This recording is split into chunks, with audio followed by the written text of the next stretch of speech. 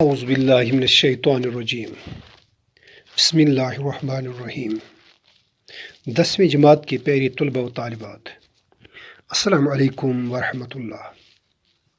پیارے طلباء و طالبات، آج تک جتنے بھی ویڈیوز ہم نے اپلوڈ کیے اور وہ آپ تک پہنچ ہی گئی ہوں گی، امید ہے کہ آپ نے ان ویڈیوز سے بھرپور فائدہ اٹھایا ہوگا، تو آئندہ بھی یہی طریقہ کار آپ اپناتے ہی رہو گے۔ تو پیارے طلباء و طالبات، آج ہم جو رباعی پڑھنے جا رہے ہیں وہ جگمون لال رواں کی لکھی ہوئی ہے۔ ایک اس میں سے رباعی ہم نے پچھلی کلاس میں پڑھی ہے، تو آج دو اور ہم پڑھیں گے۔ تو پیارے بچوں، آئے سیدھے ہم انہی رباعیوں کی طرف جاتے ہیں اور انہیں سمجھنے کی کوشش کرتے ہیں۔ اگر آپ کے پاس اپنی کتاب ہے تو صفحہ نمبر 218 آپ نکالیے، تو وہاں پر یہ موجود ہیں، یہ دو رباعیاں۔ تو پہلی رباعی ہے: حرص و ہوس حیات فانی نہ گئی، اس دل سے ہوائے کامرانی نہ گئی، ہے سنگ مزار پر تیرا نام رواں، مر کر بھی امید زندگانی نہ گئی۔ حرص، لالچ یا تمنا، خواہش، چاہت، ہوس، لالچ، حیات فانی یعنی فنا ہونے والی زندگی، کامرانی، کامیابی، سنگ مزار یعنی وہ پتھر جو قبر پر ایک مدفن کیے ہوئے شخص کی قبر پر لگایا جاتا ہے، وہ پتھر جس پر اس وفات شدہ شخص کا نام لکھا جاتا ہے۔ تو شاعر فرماتا ہے یہاں پر: حرص و ہوس حیات فانی نہ گئی، انسان کو اپنی زندگی سے اتنا پیار ہے، اتنا محبت ہے، اس کو پتہ ہے کہ یہ فانی ہے، فنا ہونے والی زندگی ہے، لیکن تب بھی اس سے زندہ رہنے کی ہوس ہے، لالچ ہے، وہ زندہ ہی رہنا چاہتا ہے۔ اس دل سے ہوائی کامرانی نہ گئی، یعنی یہ لالچ اس کے دل سے کبھی نہیں رخصت ہوتی ہے، یعنی یہ ختم نہیں ہوتی، یہ لالچ اس کے دل سے، اس کے ذہن سے نہیں نکل جاتی ہے، بلکہ وہ فنا ہونے والی زندگی پر یقین ہونے کے باوجود، یعنی زندگی میری فنا ہونے والی ہے، ختم ہونے والی ہے، تب بھی وہ زندہ ہی رہنا چاہتا ہے۔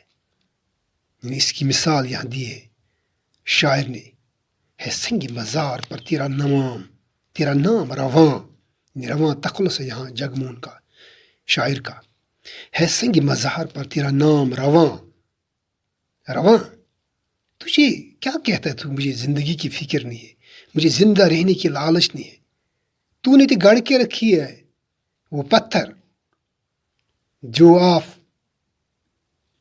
لگوانا چاہتے ہیں اپنے اس مزار پر، اپنی قبر پر، وہ تراشا ہوا پتھر، تاکہ میں مر کر بھی زندہ ہی رہوں، مر کر بھی امید زندگانی نہ گئی۔ یعنی انسان مر کر بھی زندہ ہی رہنا چاہتا ہے، کیوں؟ تبھی تو وہ پتھر کی تختی اپنے مزار پر لگواتا ہے۔ تو تیسری جو رباعی ہے، آئیے ہم پیارے بچوں وہ پڑھتے ہیں اور سمجھنے کی کوشش کرتے ہیں۔ کیا تم سے بتائے عمر فانی کیا تھی، بچپن کیا چیز تھا، جوانی کیا تھی، یہ گل کی مہک تھی، وہ ہوا کا جھونکا ایک موج فضا تھی، زندگانی کیا تھی، یا کیا تم سے بتائیں عمر فانی کیا تھی؟ کیا بتاؤں میں، یہ جو زندگی فنا ہونے والی ہے، یہ کیا چیز ہے؟ کیا یہ فنا ہونے والی زندگی؟ پھر آگے یہ تشبیہ دیتا ہے بچپن کو پھولوں کی مہک سے، جوانی کو ہوا کے اس جھونکے سے جو ایک طرف سے زور سے آتا ہے، رکتا نہیں ہے، رکنے کا نام نہیں لیتا، پھر چلا جاتا ہے، اور انسانی زندگی کو اس موج فضا سے تشبیہ دی ہے۔ تو فرماتے ہیں یہاں پر شاعر، کیا تم سے بتائیں عمر فانی کیا تھی، بچپن کیا چیز تھا، جوانی کیا تھی۔ میں کیا بتاؤں تمہیں کہ فنا ہونے والی زندگی کیا چیز تھی، بچپن ایسا ہی آپ سمجھو، جو آپ کا بچپن ہے وہ آپ سمجھو پھولوں کی مہک ہے، پھولوں سے وہ خوشبو جو آتی ہے، ویسا ہی بچپن ہوتا ہے ایک انسان کا۔ جوانی یعنی جب جوان ہوتا ہے ایک انسان، اس میں قوت ہوتی ہے، طاقت ہوتی ہے، کچھ کرنے کی اس میں سکت ہوتی ہے، تو انسان ناز کرتا ہے اپنے آپ پر کہ میں پہاڑوں کو بھی گرا دوں اپنی قوت اور طاقت سے۔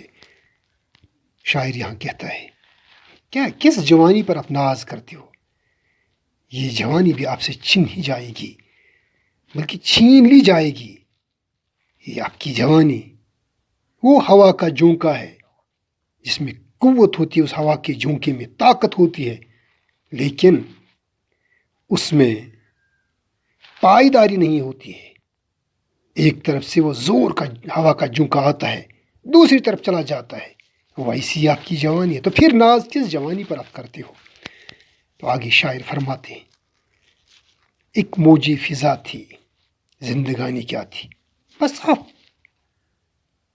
اگر آپ اپنی زندگی پر غور و فکر کرو گے، یہ پوری زندگی ہے آپ کی، چاہے بچپن ہے آپ کا، آپ کی جوانی ہے،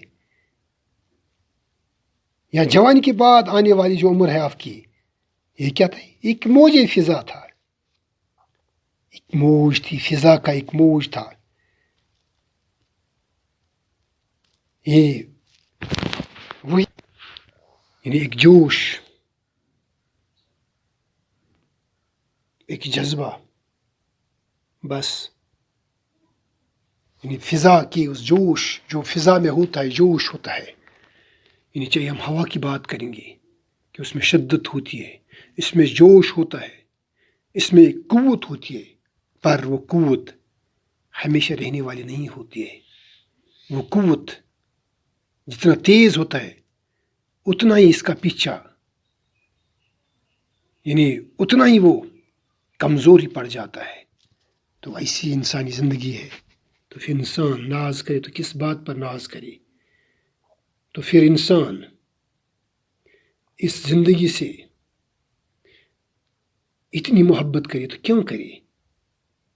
تو پیارے بچوں، یہ تھا آج کا سبق،